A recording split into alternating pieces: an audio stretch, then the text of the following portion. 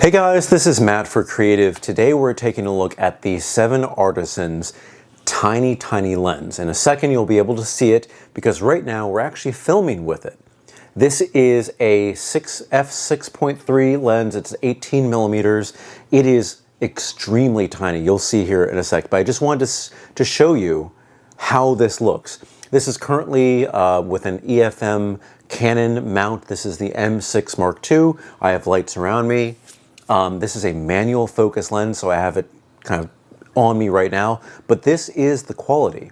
As I move in here, I would have to kind of focus in, and you can go all the way to infinity. You can see I'm kind of getting blurry, and I can kind of like set myself just about here. But this is the quality out of this extremely tiny lens. All right, so we have it here now mounted on a Canon M100. Now look at this. It is extremely tiny.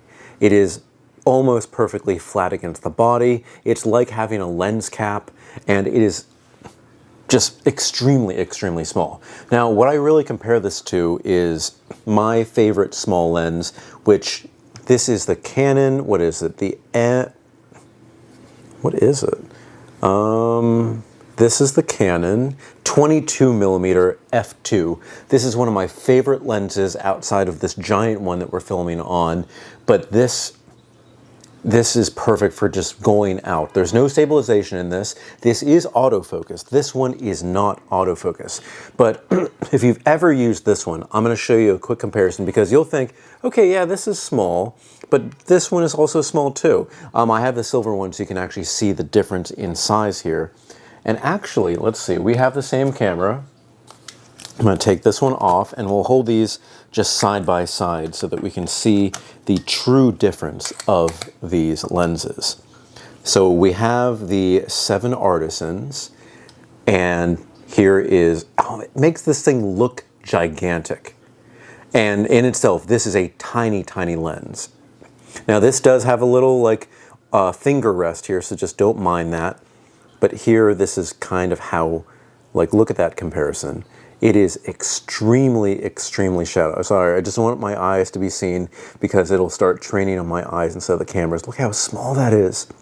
And I was shooting around, and the quality of the photos at night, you know, there's a lot to actually be kind of like into. And for this, because it is a manual focus and it is 18 millimeters, you can kind of guess where things are, you know, all at infinity, all the way to, I think it's 0.3 meters in front.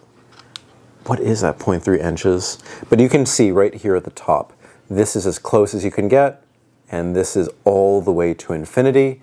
But you can kind of guess, but at least on, because this works with multiple mirrorless formats, if you have a Canon camera, all you need to do is click the little plus sign here, and then you can really zoom in on things. I'm hoping it's getting this, and you can kind of better train this to be, let's see, in focus.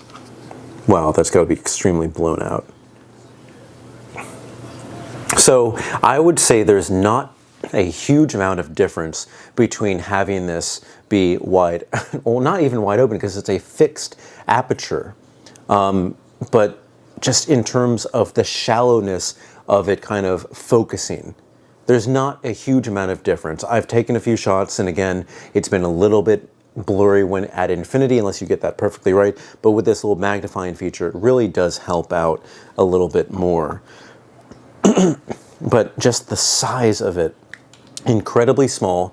It's much easier to put this into an actual pocket, whereas the next to small lens, wow, it just looks bigger. And okay, this is not a big lens. I want to show you something that I would consider a larger lens. This is the Sigma 56 millimeter 1.4 lens, and this is really, like, look, that's a more significant lens. It's more significant on the camera itself. This is what a normal kind of lens option is. This is still very small, and my favorite little pocketable lens. But yeah, this is a new kind of just, yeah. I know that there was a previous version. I never tried that one out, but this is the one that I'm going to be using. And you can even see just how, look, that tiny part right there is the lens. And it is extremely minuscule. The one thing that I really do not like about this and how it came is, I know it's going to sound weird, but there is no lens cap for the front. There is on the back. It does come with a backing, and all there is just you put it in this little case. For some reason this came, and I don't know what exactly this part is for, because it does fit very well here, but what do you do with it? Do you use it to focus? Is it like, what is this piece used for? I bought this on B&H, and it doesn't really give a description about what this is, so I'm keeping this. If you guys have any idea what it is, please let me know. But again, I know that there is no way to kind of screw something on there. There are no fittings where this could fit, but you know what? At least put maybe like a rubber thing that would go over this, because this is literally the only lens that's going to be on a camera without a possible lens cap. And because there's no threading, I can't put a filter on it. So it's always going to be a naked and exposed lens. And I can't put this in my pocket like this. It will destroy the lens over time, and any kind of optics are just going to be, that's just going to be done. But it's small.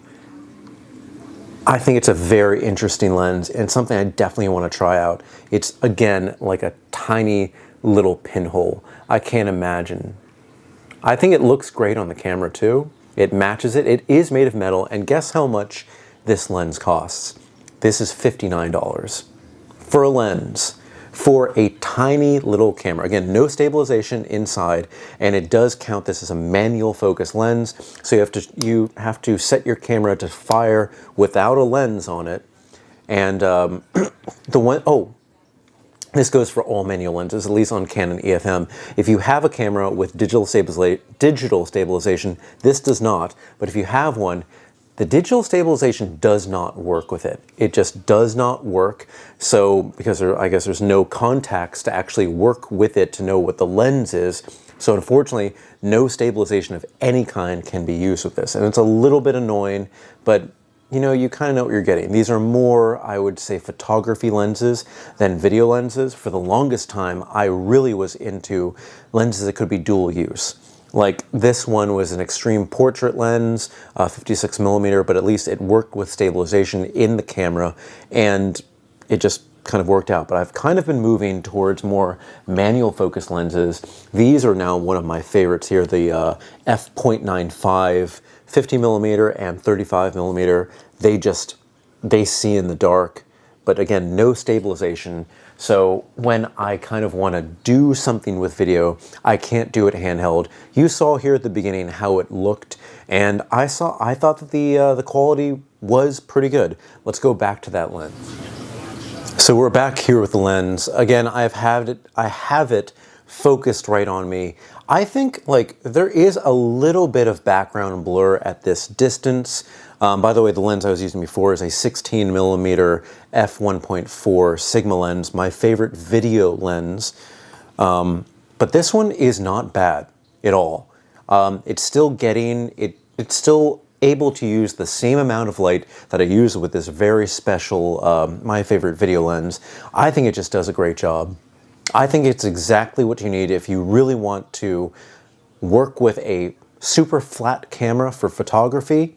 It's not going to look that great, honestly. Even if it is in focus, it is not the clearest lens. And also, if you just want something extremely low profile when video recording, I'm not sure when you would really need something, but you know, if it's something where you just need a small flat lens because of clearance or something, maybe this works. But again, I would say the better lens, because it juts out a little bit more, would be this one here.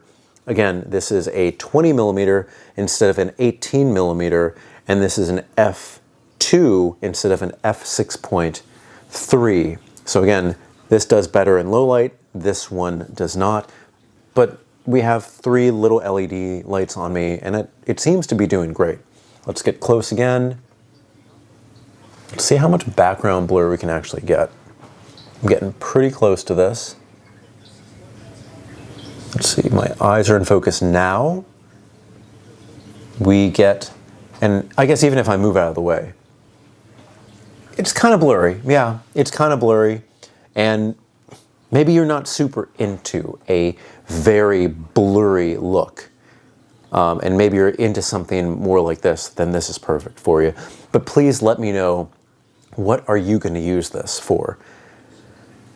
Maybe the fact that it's $59 and extremely flat is all the reason in the world just to get this. And you know what?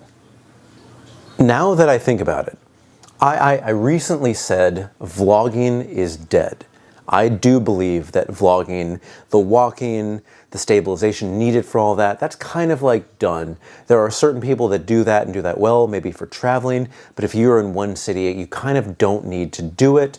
You're usually facing that away and just capturing moments around, unless you're maybe at a concert, at a festival, or some kind of live event where you do need stabilization. But this one, if you're like me, if you do maybe product reviews, if you do a podcast, if you do anything that's just kind of fixed down, this is all you need. This is seriously maybe all you need. It's 18 millimeters, so it is a, I guess they do call it, do they call it a super wide? It's not, is it ultra wide? It's not really ultra wide, but I think it's pretty good.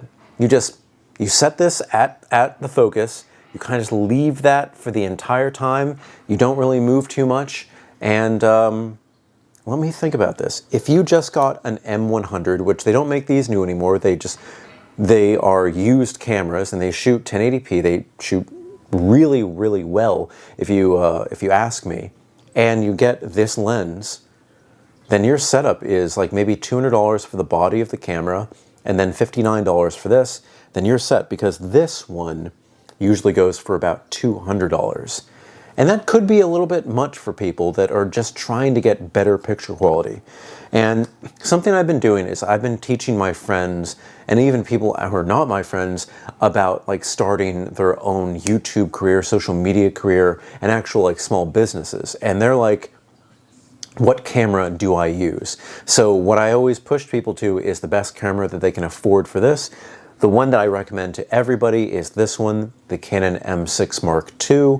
I think the picture quality is impeccable. The digital stabilization while walking around with any kind of lens instead of them, except for a manual focus lens, is incredible. But you can just film in 1080p. You can, I edit everything on my phone on Video Leap. You can just kind of export it in 4K to kind of get maybe the higher bit rate look on YouTube. And yeah, you could just have this lens and have a setup for under $300, because you can still find these Canon M100s. I'm finding a lot of Canon M200s, which I don't really think, it doesn't do much. The 4K is a little bit wonky because it doesn't use Canon's dual pixel autofocus. It uses contrast, and it just kind of juts in. But hey, if you want to do that, maybe go for the Canon M100, but anything in the Canon EFM line. I know this is not really an advertisement, but it's kind of become an advertisement for Canon EFM. Go for it. But again, this is also, and I wish that lens that we're currently on, it's this lens that we're talking about, is currently made for other mirrorless cameras too. So you can always give that a try. But I know this video's gone long enough. Guys, thank you so much for watching. If you have any questions, put it in the comment section below. Don't forget I'm on Instagram at m8b9. You can email me at matt8b9@gmail.com. Thank you so much for watching. Let me just see. Does this ever get blurry? Can you kind of get like some video effects? Yeah. Where am I? I want to see if I can find that focus again. I think I'm in focus right there. I think that's it. Hey, it's a cool little lens, and for $59, maybe it's exactly what you need just to have some fun with photography with a cheap mirrorless camera, or even just start your YouTube career. Thank you guys. See you next time.